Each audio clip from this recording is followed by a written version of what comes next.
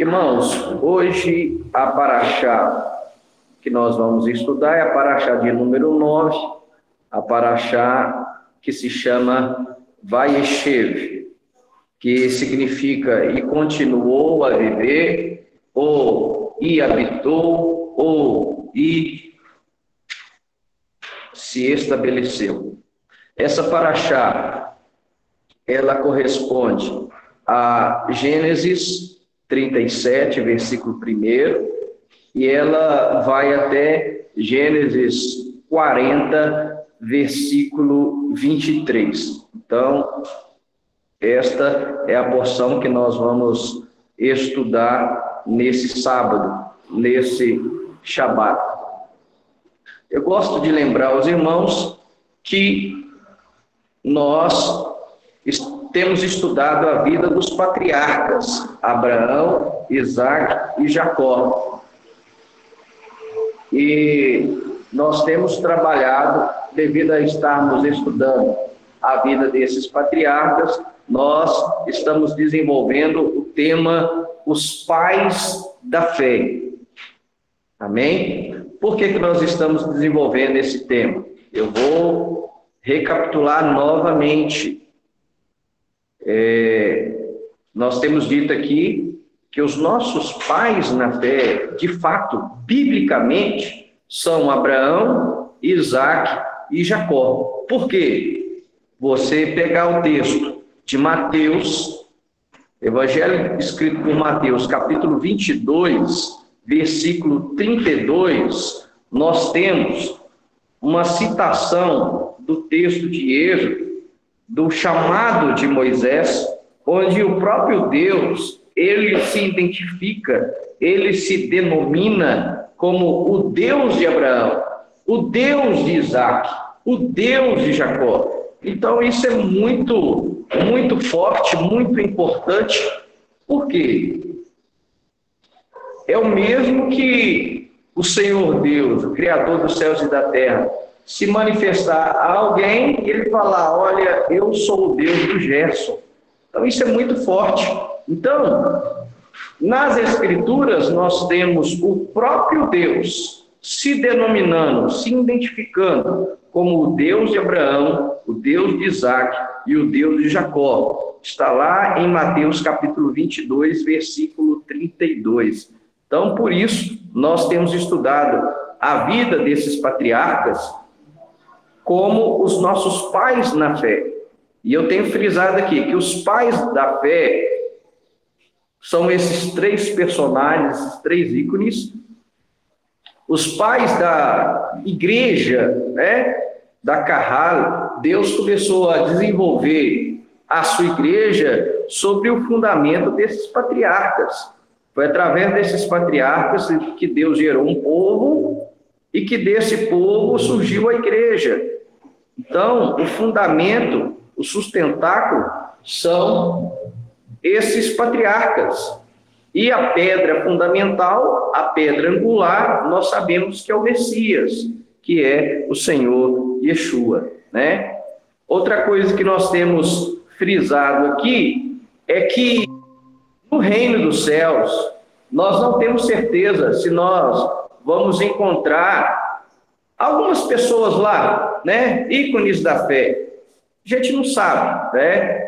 Tem algumas grandes personalidades aí da fé que tiveram a sua vida meio que enigmáticas. Então, umas mortes meio estranhas. Então, nós não sabemos se nós vamos encontrar esses personagens lá. Mas uma coisa é fato, nós temos certeza que nós vamos encontrar Abraão, Isaac e Jacó no reino dos céus. Mateus capítulo 8, versículo 11, o Senhor Yeshua, ele diz que quem vai estar à mesa do banquete do Messias vai ser Abraão, Isaac e Jacó. Eles que vão recepcionar os outros justos. Então, quando o Senhor Yeshua, ele cita Abraão, Isaac e Jacó em Mateus 8:11, ele está citando esses três patriarcas como os representantes dos justos de todos os tempos. Então, o Eterno já coloca lá, através de Yeshua, esses três patriarcas. E agora, e por que nós estudamos, né, a vida desses patriarcas? Por que nós estudamos as porções todo sábado que vão narrar a história do povo de Israel? Nós temos aprendido em várias parashot, o termo hebraico Maaseh Avot Siman Lebanim, que significa o quê? Isso é uma frase de Narmânides, um dos maiores mestres da palavra de Deus, um dos maiores mestres da Torá, que ele diz: o ato dos pais é um sinal para os filhos, ou seja, aquilo que aconteceu com os nossos pais na fé, aquilo que aconteceu com o povo de Israel, né, durante a sua saída do Egito, a sua travessia no deserto, o seu estabelecimento na Terra Santa, é um sinal para nós, é uma advertência para nós. Por isso que nós estudamos essas porções todo Shabat, todo sábado. É importante a gente frisar isso, né? Por quê? Porque nós temos que saber, nós temos que ter ciência daquilo que nós estamos fazendo. Não é fazer porque alguém está fazendo e a gente vai só copiar. Não, a gente tem que entender aquilo que nós estamos fazendo, né? Então, todo sábado pela manhã nós estudamos essas porções porque são advertências para nós. Antes de entrar propriamente no texto dessa paraxá, para a gente relembrar, abra sua Bíblia em 1 Coríntios, capítulo 10. Só para mostrar para os irmãos que aquilo que nós estamos fazendo aqui é bíblico. É totalmente bíblico. Porque a gente pode ser questionado: por que você não tem escola dominical? Por que você não estuda a Bíblia todo domingo pela manhã, igual 90% das igrejas? Por que você não tem uma escola sabatina, igual os adventistas, né? Por que você não tem a reunião, igual os testemunhos de Jeová? Por que vocês estudam as porções da Torá igual aos judeus? Aí nós vamos responder, né, baseado nas Sagradas Escrituras. Por que você segue esse costume e segue essa tradição? Porque ela é bíblica. Porque nós temos a orientação do apóstolo Paulo para fazermos assim. Então não é aleatório, não é simplesmente imitando o judeu. Não, eu não estou imitando simplesmente o judaísmo contemporâneo. Não, de forma alguma. O que nós estamos fazendo? Nós estamos fazendo conforme o apóstolo Paulo escreveu em 1 Coríntios capítulo 10. E o que está lá em 1 Coríntios capítulo 10? Olha que fantástico. 1 Coríntios capítulo 10, vamos ler o versículo 1, só para a gente ganhar tempo. O versículo 1, o versículo 6 e o versículo 11, tá? Olha só o que Paulo diz, escrevendo uma igreja que, em sua maioria, era composta de gentios. Olha o que ele diz: por isso, irmãos, não quero que percam o significado do que aconteceu com os nossos pais. Olha só o que ele diz: os nossos pais. Ele está escrevendo para uma igreja, em sua maioria era composta de gentios, está dizendo: olha, irmãos, eu não quero que vocês percam o significado. Que significado? Do que aconteceu com os nossos pais. Que nossos pais?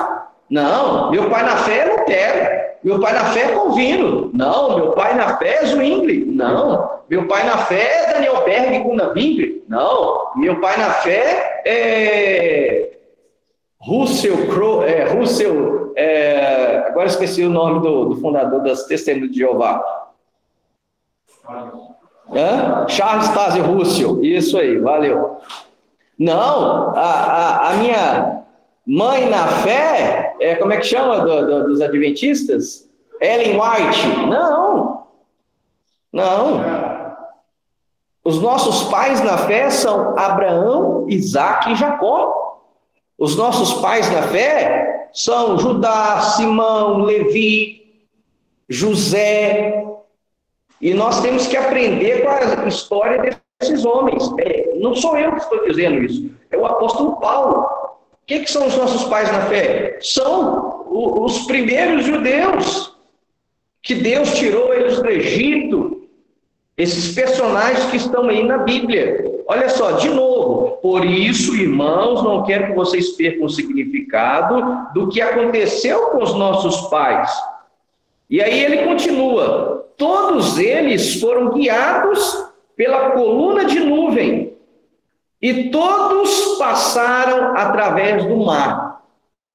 Então, nós temos aí a advertência do apóstolo Paulo para que a gente não perca o significado do que aconteceu com os nossos pais. Então, nós temos que estudar a vida desses personagens. Vamos lá, para a gente ganhar tempo, o versículo 6 diz assim, olha só. No entanto, ele diz, todas essas coisas, olha só, foram acontecimentos históricos prefigurativos.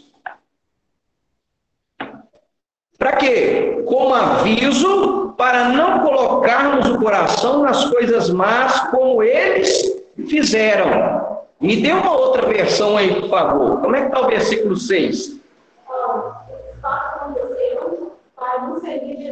Olha só. Então, esses fatos aconteceram para nos servir de exemplo. Então, isso é muito importante. É muito importante. Então,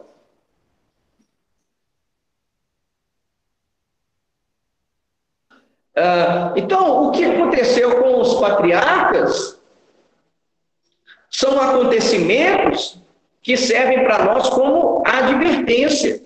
David Stern foi muito feliz aqui na sua tradução, que ele diz, são acontecimentos históricos prefigurativos. Ou seja, são acontecimentos que aconteceram no passado, mas eles prefiguram algo e apontam algo para o futuro. E servem para nós como aviso para não colocarmos o coração nas coisas más, como eles fizeram.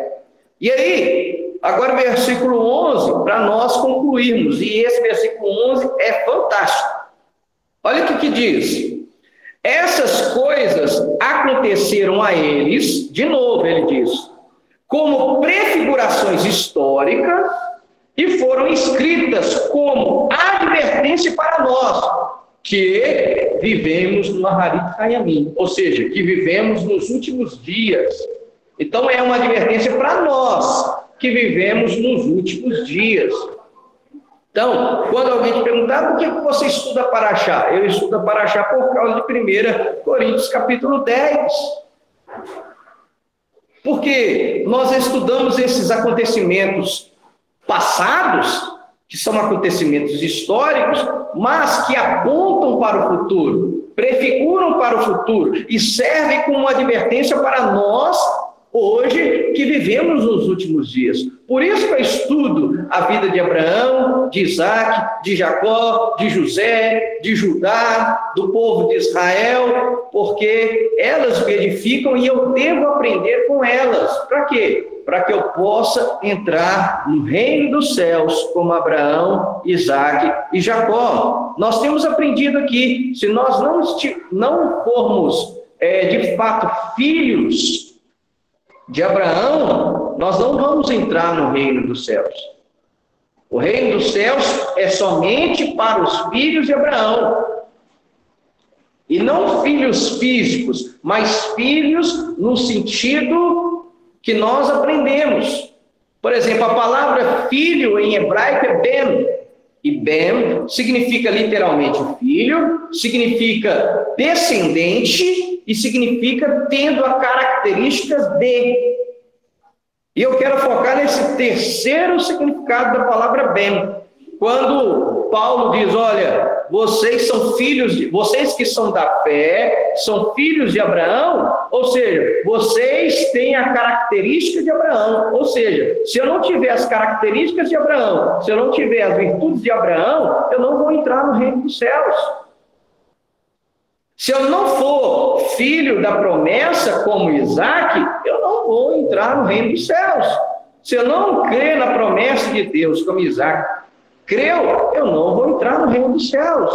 Se eu não tiver as virtudes, as qualidades de Jacó, de forma alguma eu vou entrar no reino dos céus. Então a vida desses patriarcas nos abençoa. A vida desses patriarcas falam muito conosco. Amém? Então, só para a gente ter essa introdução aí e sabermos dessa importância. Então, aquilo que Narmânides disse foi o que Paulo já havia dito em 1 Coríntios capítulo 10. Os atos dos pais é um sinal para os filhos, mas se avô Simã Levanim, o ato dos pais é um sinal para os filhos, ok? Então, agora dada essa introdução, vamos para a paraxá de hoje, a paraxá de número 9. A paraxá de número 9, ela vai focar na vida do terceiro patriarca, Jacó. Mas nós vamos ver também que essa paraxá do capítulo 37 até o final de Gênesis agora, a Torá vai focar em um personagem chamado José, filho de Jacó. Então, vamos lá, Gênesis 37, a partir do versículo 1, é onde nós temos o nome da porção do estudo de hoje. Gênesis 37, 1 diz assim: E Jacó continuou a viver, ou seja, vai encher na terra em que seu pai habitou como estrangeiro, na terra de Canaã. Então, irmãos, Jacó agora, ele deixa de ser peregrino.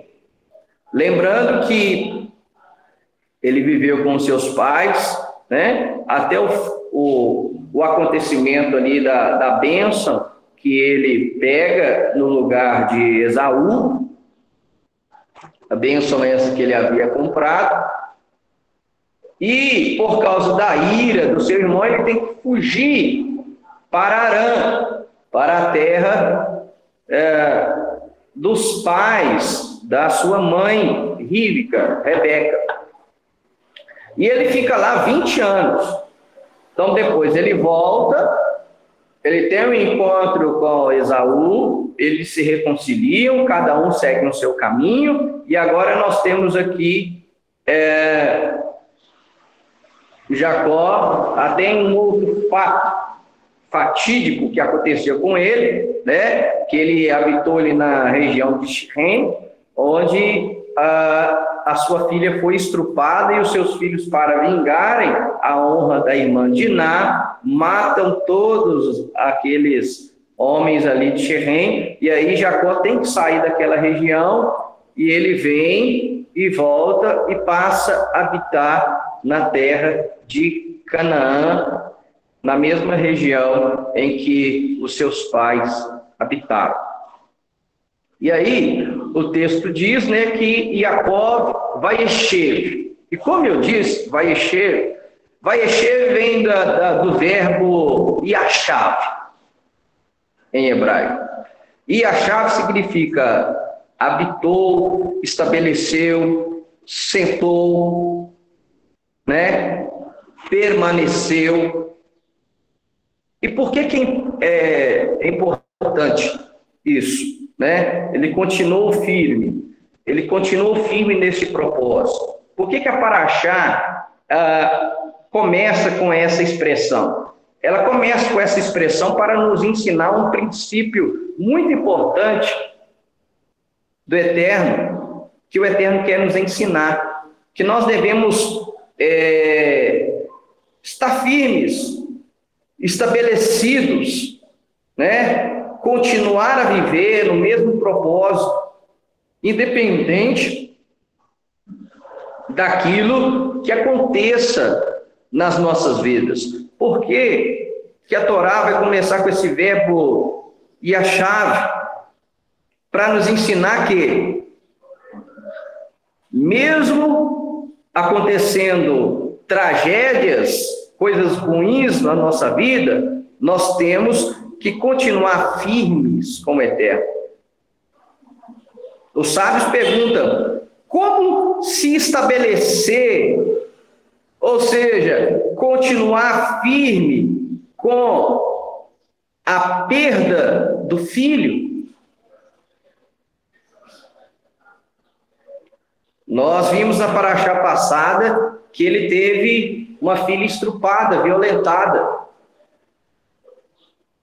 E agora, no capítulo 37, nós temos outro fato que aconteceu com Jacó.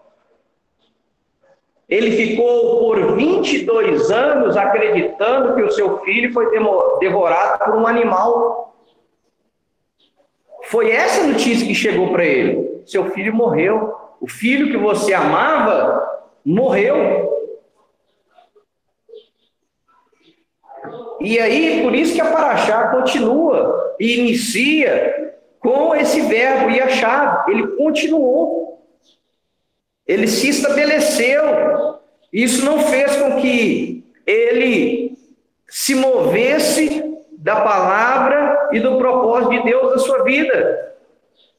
Eu quero lembrá-los que foi o Eterno que mandou ele voltar para a terra. Vamos recordar isso. Quando o Eterno aparece para ele lá ainda em Harã, na terra de Labão, seu sogro. Gênesis 31, versículo 3.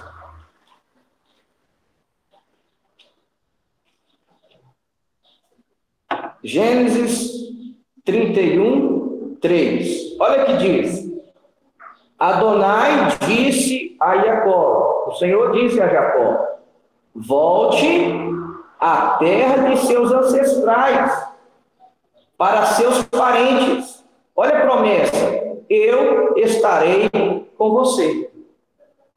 Então Deus manda ele voltar. E Deus disse para ele que estaria com ele. Mas é aquilo que eu sempre tenho frisado aqui. Por mais que nós estejamos andando na palavra, procurando servir a Deus da forma correta, com sinceridade no coração, isso não nos isenta de sofrimento. Não nos isenta de sofrimento, não nos isenta de situações difíceis. Perceba, ele teve dois fatos terríveis. Um, teve a sua filha Diná estrupada. Outro, chega a notícia para ele que o seu filho mais amado, o filho que lembrava Raquel, sua esposa, que ele amava, morreu, foi devorado por animal. E é por isso que a paraxá começa com o verbo yachá. Ele continuou firme, ele se estabeleceu, ele habitou, ele se sentou, ele não se moveu, independente daquilo que aconteceu. A maioria de nós pode questionar, ou deveria questionar a Deus: mas Deus, o Senhor me manda voltar, eu volto, a minha filha é estrupada, por que isso, Deus? O Senhor realmente está comigo?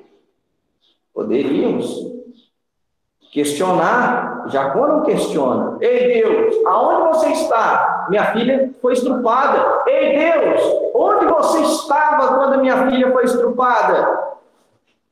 Ei, Deus, onde o Senhor estava? O Senhor falou que estaria comigo. O meu filho foi devorado animal chegou nas minhas mãos, só a túnica dele rasgada e com sangue. Jacó não questiona Deus. Jacó, em momento nenhum, murmura contra Deus. Jacó, Vaieshev, ele habita, ele continuou a viver o propósito de Deus na sua vida. Ele continuou a viver como servo de Deus, independente das situações difíceis que aconteceram na vida dele. Eu sempre tenho ensinado aqui, existe uma frase judaica que diz, né? Quando acontece uma tragédia, um judeu religioso, um judeu com uma fé fervorosa, quando algo ruim acontece com ele diz, isso também é para o bem. Só que eu encontro esse mesmo princípio nas Sagradas Escrituras, por um outro judeu chamado Paulo. Romanos 8, 28. Todas as coisas cooperam para o bem. Todas as coisas. E quando Paulo diz todas as coisas, são as ruins e as boas. As ruins também. Pode algo ruim que aconteceu na minha vida, ou está acontecendo na minha vida, ser algo bom, benéfico? Sim. Porque a palavra de Deus diz que todas as coisas cooperam para o bem daqueles que amam a Deus. Todas elas. Até a tragédia, até o estupro de uma filha, até um sequestro de um filho, até um assassinato de um filho que você ama.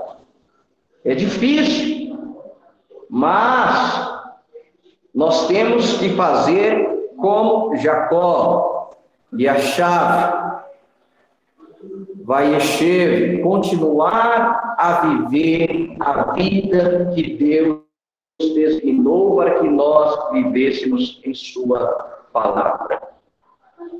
Vaieshev, continuar a viver. Amém? Então, esse é o ponto máximo aqui da vida de Jacó. Ele continuou a viver na terra em que Deus pediu para que ele vivesse, mesmo acontecendo coisas terríveis na vida dele. Amém? Então vamos prosseguir. Versículo 2 diz assim, olha que fantástico também. Versículo 2. Eis a história de Jacó. Olha só. Quando José estava com 17 anos, ele costumava pastorear banho com seus irmãos, apesar de ser pastor. Nós temos alguma outra versão aí? Versículo 2, o início. Que na minha versão diz, eis a história de Jacó. Estava com 17 anos. É capítulo 37, versículo 2.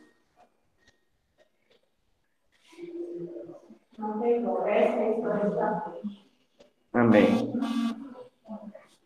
São as gerações. Ah, muito bom. Gerações. Ou seja, esta é a história de Jacó, ou estas são as gerações de Jacó, ou eis a genealogia de Jacó.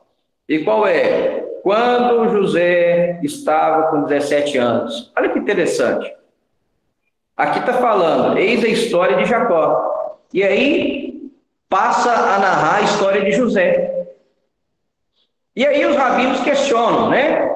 Os sábios do povo de Deus questionam. Por que está falando da história de Jacó e já pula para a história de José? Por que não pegou o primogênito? Rúben, ele é o primogênito. Por que não pegou os outros irmãos, mas pegou justamente José? E aí, os sábios do povo de Deus levantam um questionamento e eles chegam a uma resposta. E eles dizem, por que a Torá começa falando da história de Jacó e já pula para a história de José? Os sábios explicam, porque tudo aquilo que aconteceu com Jacó, aconteceu também com José. Então, aquilo que aconteceu com Jacó, aconteceu com José. E aí a gente volta naquele princípio de Narmânides, Maaseh Avot Siman Lebanim. O ato dos pais é um sinal para os filhos. Aí a gente volta naquilo que nós iniciamos, 1 Coríntios capítulo 10. Os acontecimentos históricos apontam para algo futuro. Aquilo que aconteceu com Jacó vai acontecer com José. Aquilo que aconteceu com José vai acontecer com o Messias. Sabia? Na tradição judaica, existem dois tipos de Messias. Chamado Messias filho de José, e esse José aqui, que foi vendido para o Egito, e o Messias ben Davi, o Messias filho de Davi. Então, tem o Messias descendente de Davi, e tem o Messias com as características de Davi, e tem o Messias descendente de José, ou seja, o Messias com as características de José. E quando você vai pegar, nós vamos estudar isso numa porção futura. Aquilo que aconteceu com José, aconteceu com Yeshua.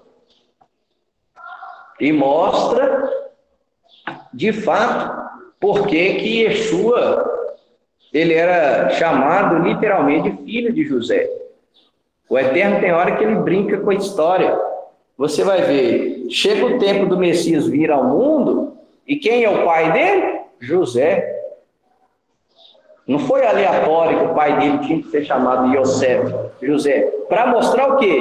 Que na primeira vinda de Yeshua, ele estava representando quem? O Messias. Mas qual tipo de Messias? O Messias filho de Davi, o guerreiro? Aquele que vai libertar Israel dos seus opressores, dos seus inimigos? Não. O Messias filho de José. O Messias sofredor.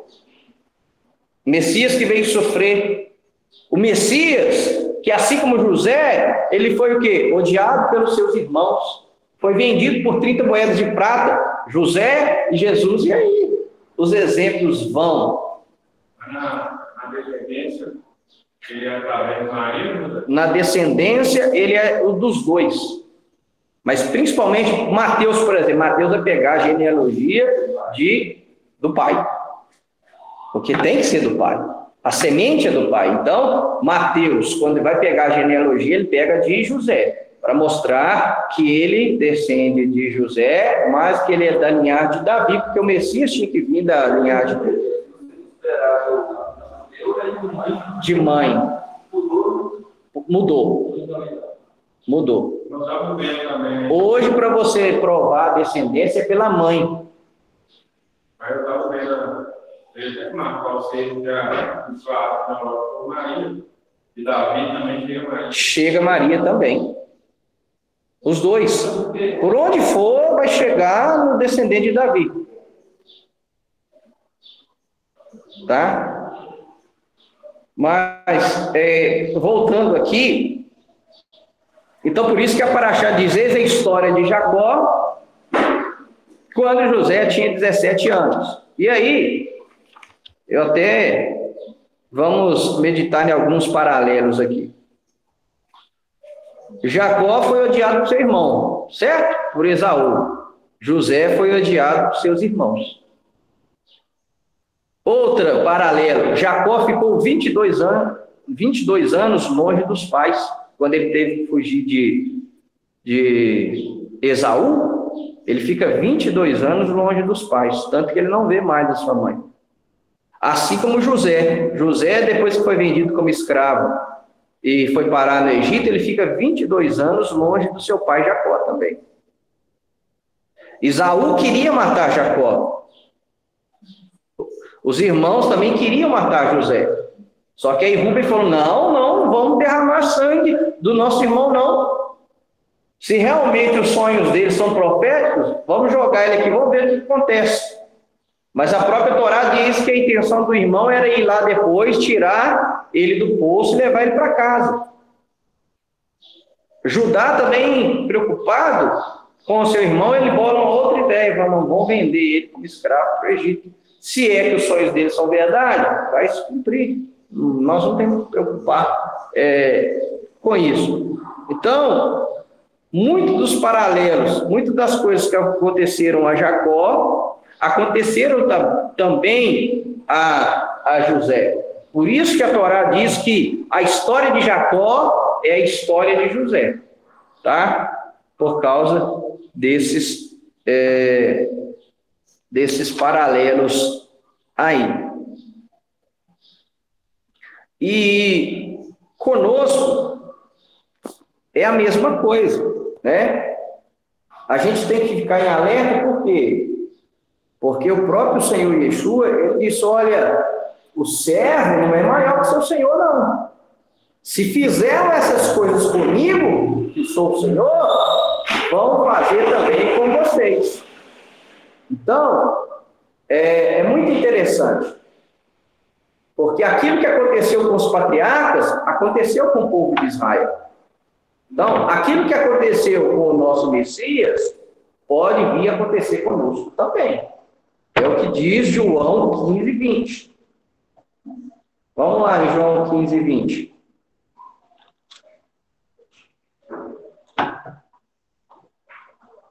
Aquilo que aconteceu com o povo de Israel no passado, tem acontecido com Israel durante a história e vai acontecer com Israel também no futuro. Então, a gente aprende demais com esse método Maaseh Avot Siman Lebanim, o ato dos pais é um sinal para os filhos. E Yeshua vai no mesmo princípio em João 15, versículo 20.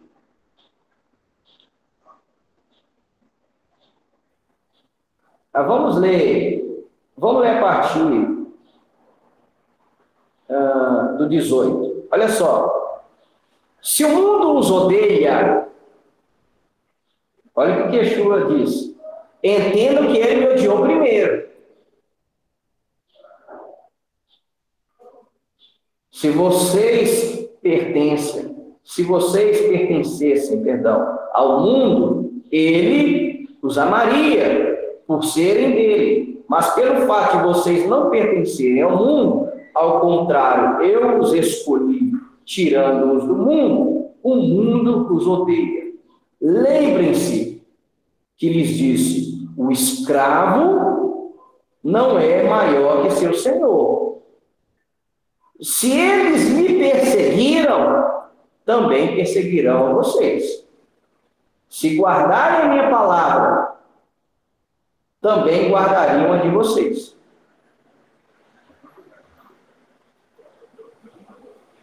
Entretanto, eles agirão desta forma com vocês por minha causa, porque não sabem quem me enviou. Então, Yeshua diz no versículo 20, o escravo não é maior que seu senhor. Se eles me perseguiram, também perseguirão a vocês. Se o mundo odeia vocês, lembre-se que o mundo me odiou primeiro. Ou seja, a gente tem que ligar o sinal da alerta e saber aquilo que fizeram com o nosso mestre, podem vir a fazer conosco também, porque nós fomos chamados por ele, tá? E nós não somos deste mundo, nós seguimos uma outra regra, um outro modo de viver. Então, por isso que o mundo nos odeia. Nós temos visto aí algumas notícias que mostram que isso está prestes a acontecer no mundo inteiro. Hoje, alguns países, muitos daqueles que seguem a Cristo já sofrem isso aqui. Mas nós estamos vendo que, com o passar do tempo, isso aí vai se expandir para todo o mundo. Então, quando as coisas vierem a acontecer conosco, a gente tem que lembrar, opa, odiou primeiro o mestre. Opa, persegui primeiro o mestre. E como é que ele agiu? Eu tenho que agir do mesmo jeito. O servo não é maior que o seu senhor. Então, nós temos que aprender com esse princípio. Amém? E agora, para a gente finalizar, porque agora a Torá aqui vai focar na vida de José, né? O ódio dos seus irmãos para com ele, os seus 2 sonhos, né? Ele sendo vendido e vai parar no Egito. Ele é vendido como escravo e vai parar lá no Egito. No capítulo 38, nós temos um capítulo fantástico sobre o episódio de Judá e Tamar. É fantástico. No capítulo 39, nós já temos José lá no Egito, ele na casa de Potifar, um oficial lá do faraó, ele prosperando, né? E aí, lá no Egito, ele é vendido como escravo, depois lá no Egito, ele é acusado de tentar estupro, olha só, e aí ele vai para a prisão, e aí na prisão, o copeiro e o padeiro também tem sonhos de José lá dentro da prisão, ele prosperando até mesmo lá dentro da prisão, ele interpreta os sonhos do copeiro e do padeiro e acontece conforme a interpretação dele, e aí nós temos o fim dessa paraxá. Uma coisa que eu quero chamar a atenção de vocês, porque o Eterno agora, ele, principalmente na vida de José, ele não se manifesta da forma como ele manifestava Abraão, Isaque e Jacó. Apesar de nós termos aqui, assim como um homem, um Ish, apareceu a Jacó, né? Quando ele está fugindo do seu irmão, que ele deita ali sobre a pedra, e ele tem a visão da escada, e os poderes, os anjos subindo e descendo. Depois, quando ele acorda a visão, tem um homem do lado dele, e depois, quando ele está para encontrar com Esaú, aparece esse homem de novo e ele luta com ele. Com José também, José tem um encontro com um homem enigmático. A tradição judaica vai dizer que era Gabriel, esse homem. Onde que está aquele encontro com o homem?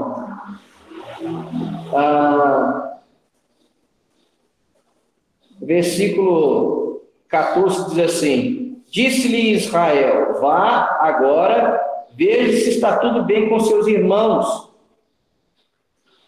Por quê? E com as ovelhas, e venha fazer-me um relato. Assim, ele enviou do vale de Hebron, e ele seguiu até Xerém.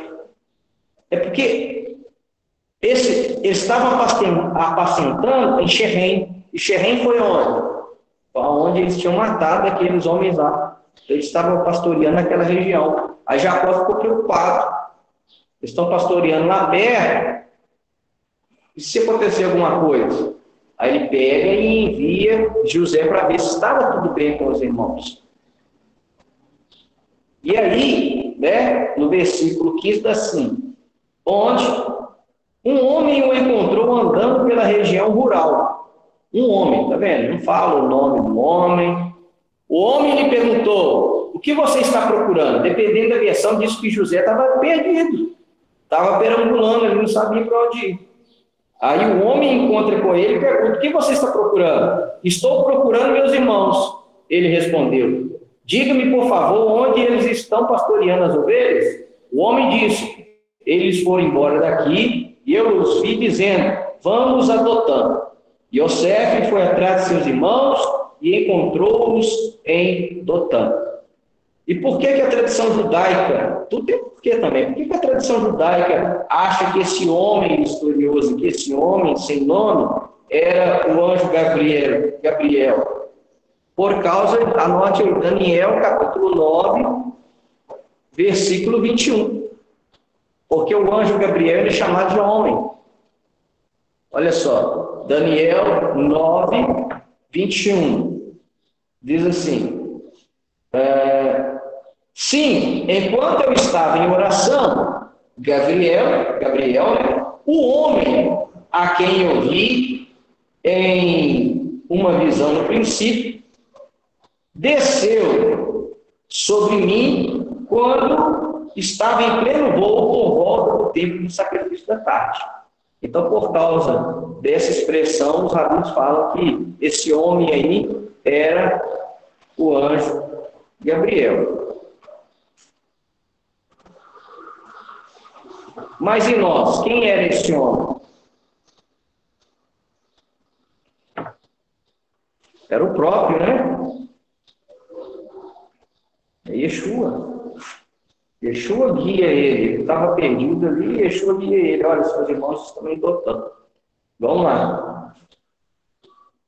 O homem sabia o que ia acontecer com eles. Mas, de novo, todas as coisas cooperam para o nosso bem. Né? Ele ia ser jogado no poço, ia ser vendido como escravo, ia parar no Egito. Mas, diante de toda essa tragédia, Deus ia fazer ele ressurgir forte, poderoso. O segundo homem mais importante do mundo conhecido da época, só abaixo do faraó.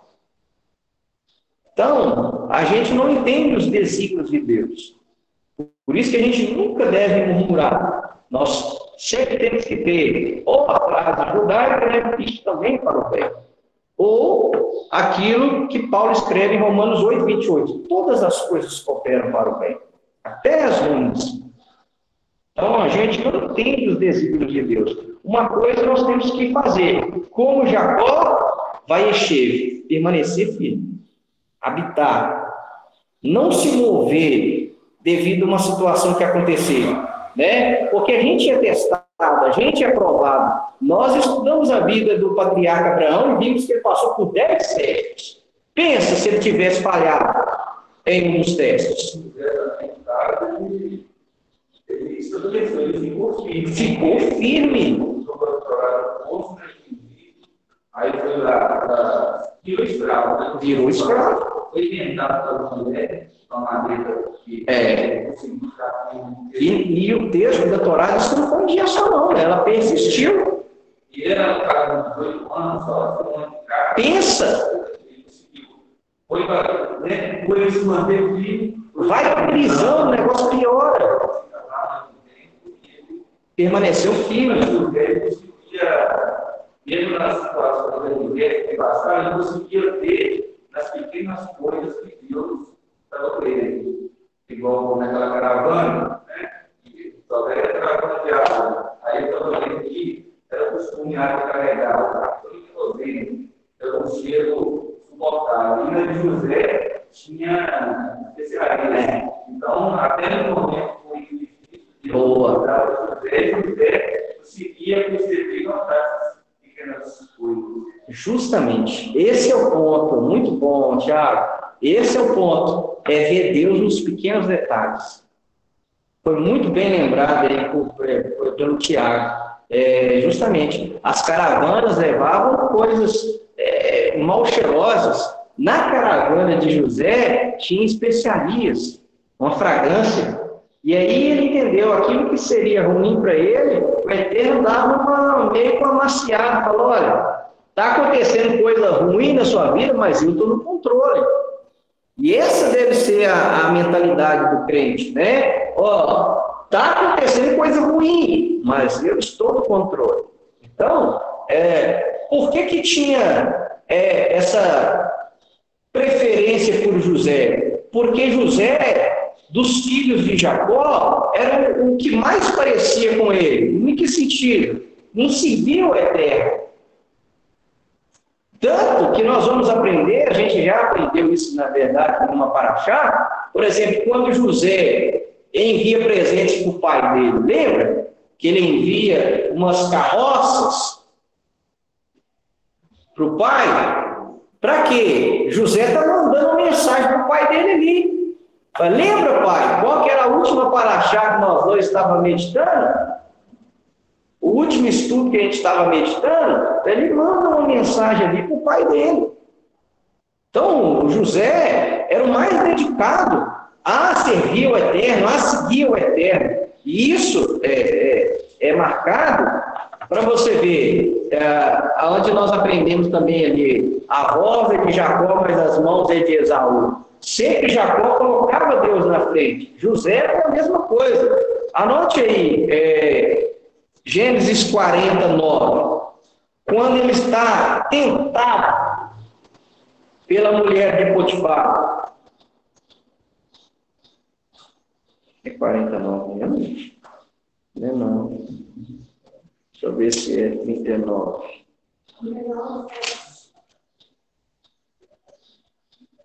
É 39, eu falei 40, mas é 39, 9. Olha só, Gênesis 39, 9. Nesta casa, sou igual a ele, falando sobre Potifar, para a mulher. Ele não me negou nada, com exceção de você, pois você é sua mulher. Está igual a Adão aqui, né? Deus não negou nada a Adão, exceto uma árvore, para que ele não comesse do fruto. A José, Potifar não negou nada, exceto a sua própria mulher. Então ele continua, então como poderia eu fazer uma coisa ímpia dessas e pecar contra Deus? Então ele ainda lembrava de Deus, mesmo sendo jogado no poço, mesmo sendo vendido como escravo, mesmo estando no Egito, ele não esqueceu de Deus. Ele não se esqueceu de Deus. E como o Tiago colocou muito bem, ele conseguia ver Deus nos mínimos detalhes. Deus não esqueceu dele, né? Deus também não esqueceu dele. Tudo que ele punha a mão prosperava. Tudo que ele fazia prosperava. Todos os pontos que colocava ele prosperava. Na cadeia ele ficava olhando a cela. Justamente. Ele fica preso. Sempre em destaque. Não tem como, não. Sim. É. Mas é uma via de mão dupla. Da mesma forma que ele não esquece Deus, Deus também não esquece dele. Se você permanecer fiel aos propósitos de Deus, mesmo em meio a situações difíceis, Deus vai cuidar de você ali. E você vai conseguir ver Deus te abençoando e prosperando em situações ruins e em situações difíceis. Então, o ponto é esse. Né? Porque se a gente pega Jacó, pensa para Jacó, depois de Jacó volta para a terra da promessa. Filho estrupado, o outro filho tido como morto. E ele, firme, não murmurou não. Ó Deus, você falou para eu voltar que estaria comigo? Como assim estaria comigo? Olha o que está acontecendo na minha vida. Então a gente aprende demais com o testemunho de vida desses patriarcas. E agora, para a gente fechar, eu queria só chamar a atenção para o início da paraxá. No versículo 2. Eu parei na metade do versículo e agora a gente conclui na outra parte. Gênesis 37, 2.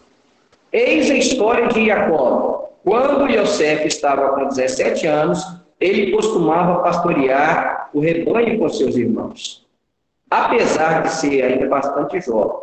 Certa vez, quando ele estava com os filhos de Bilá e os filhos de Zilpá, mulheres de seu pai, ele levou uma notícia ruim a respeito deles a seu pai.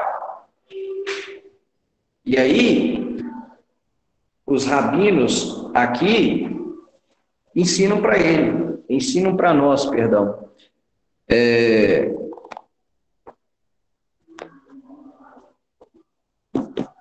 Ele tinha prazer em levar a notícia ruim.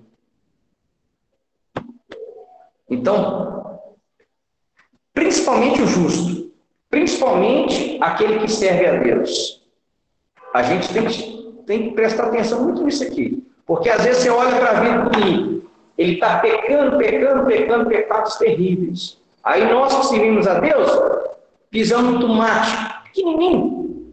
E aí, aquele errinho que a gente faz, vira uma turbulência na nossa vida. E aí você olha, mas o mundo continua a pecar, e vai bem para ele. E eu só cometi esse errinho, e agora essa turbulência, sim. Nós que servimos a Deus, que procuramos ser justos, nós temos que tomar muito cuidado, porque uma pequena ação errada nossa toma uma proporção gigantesca.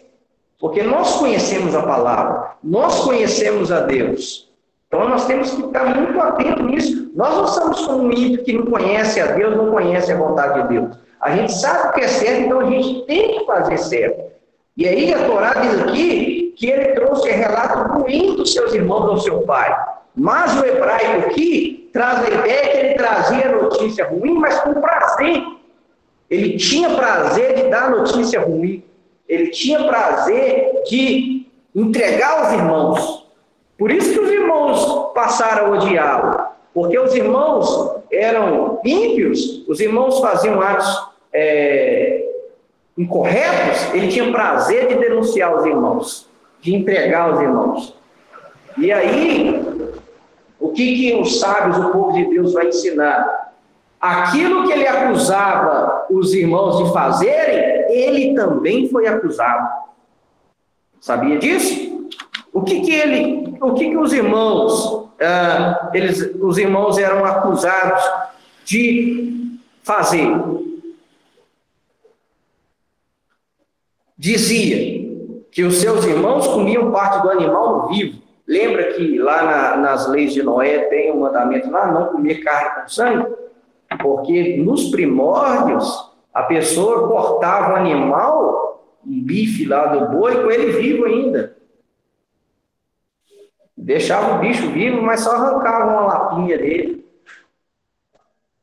Então, essa era uma das acusações que ele trazia dos irmãos. Eles estão comendo animal vivo. Até hoje tem esse hábito. Na roça ainda tem. Não de comer a carne, mas de beber sangue. Aqui também, na roça. Eles vão lá no pasto, pegam um punhal, só fura e bebe o sangue do boi vivo. Aqui tem um hábito ainda, quando vai matar o porco, aí eles tiram o sangue, pegam o sangue do porco quentinho ainda. Aqui. Quando eu era cristão, eu matava um porco na roça. Porco? Mandava eu pus açúcar, só uma caneca, foi salsinha. Viu? Viu? Então, isso é tão abominável que entrou nas leis de Noé. Antes da entrega da lei, Deus já havia proibido esse ato, que é terrível aos olhos de Deus. Terrível. E aí ele acusava os irmãos, nós estamos comendo um animal ainda vivo. E aí o que aconteceu com ele? Os irmãos matam o animal para sujar a túnica dele e não comem o animal. Não comem. Só matou o animal, tirou o sangue, passou na túnica dele e levou. Outra acusação que era feita aos seus irmãos, que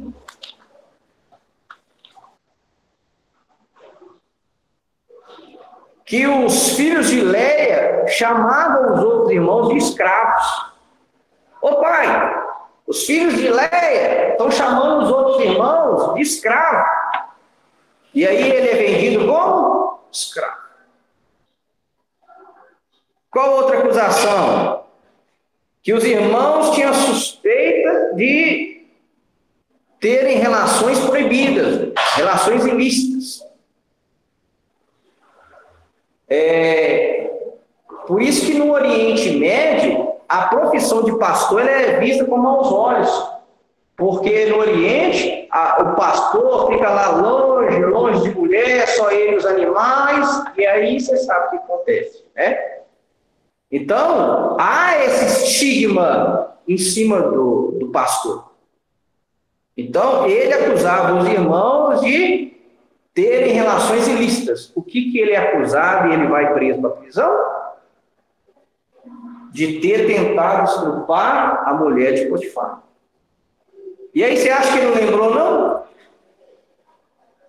Eu acusava meus irmãos de comer um animal até mim. Eu acusava os meus irmãos, filhos de Leia, de chamarem os outros de escravos.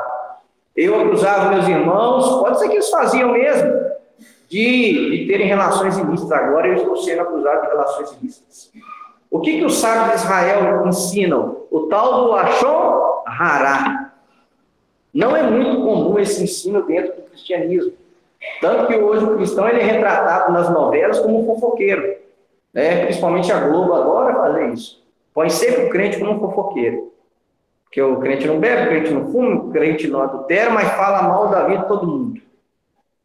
E na Torá, o Lashon Hará é um pecado gravíssimo. Tanto que, o que os sábios ensinam? Você não deve, mesmo quando é verdade, você não deve ficar falando.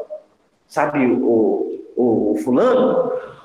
Rapaz, fulano, infelizmente, né, fez isso aqui. E dá a notícia, é verdade. Mas dentro dele ele dá aquela notícia com prazer. Esse era o José. Talvez os irmãos estavam fazendo isso aqui mesmo. E ele tinha que prazer de entregar aos irmãos. Eu já vi crente fazer isso. Rapaz, caiu mesmo. E com aquele prazer em dar uma notícia que é tão ruim e triste. Então, ter prazer em dar a notícia. Justamente. Faz a mesma coisa. Então, você não deve espalhar notícias ruins. Nós temos que tomar muito cuidado com a língua. Por quê? Porque aquilo que eu acuso o outro, aquilo que eu falo do outro, como eu ouvi uma frase ontem, o seu telhado também é de vidro. Então, do mesmo jeito que você joga pedra no outro, cuidado, seu telhado também é de vidro. Vai quebrar o seu telhado. Então, a gente nunca deve cometer Lashon Hará, maledicência, falar mal dos outros. Nós temos que refrear muito a nossa língua. Então, os rabinos ensinam que esses acontecimentos aconteceram, esses fatos aconteceram a José, porque ele tinha prazer de dar essas notícias erradas a respeito dos seus irmãos. Então, o Eterno tratou com ele até nisso. Então, nas coisas ruins que acontecem com a gente, muitas das vezes é o Eterno tratando conosco. Mas, diante disso tudo, meus irmãos, fiquemos com essa palavra, como o Tiago lembrou muito bem. Vamos ver Deus nos pequenos detalhes, mesmo nas coisas ruins que acontecem na nossa vida. Vamos ficar vaiados, firmes, estabelecidos, independente daquilo que venha acontecer na nossa vida, a gente tem que continuar firme no propósito de Deus, a gente tem que sempre continuar firme naquilo que Deus falou conosco. Deus mandou fazer isso, independente daquilo que está acontecendo, não, vamos continuar firmes nos propósitos que Deus nos chamou. Porque esse foi o nosso patriarca Jacó. Pense, ele acreditou durante 22 anos que seu filho estava morto. Mas Deus estava cuidando dele. Cuidando do seu filho, e já provendo uma situação difícil que ia acontecer lá no futuro.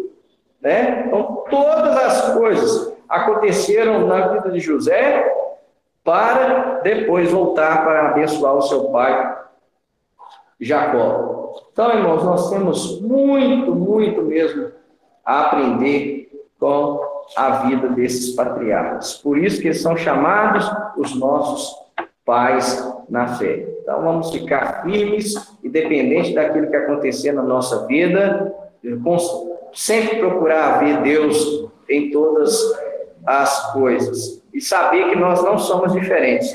Se aconteceu com os nossos pais, também vai acontecer conosco. Se o próprio Messias, ele não foi isento de dor, de sofrimento, de ódio, de perseguição, não vai ser nós que vamos ficar isentos dessas coisas. Amém? Então, Shabbat Shalom. Esse é mais um do estudo da Parashá.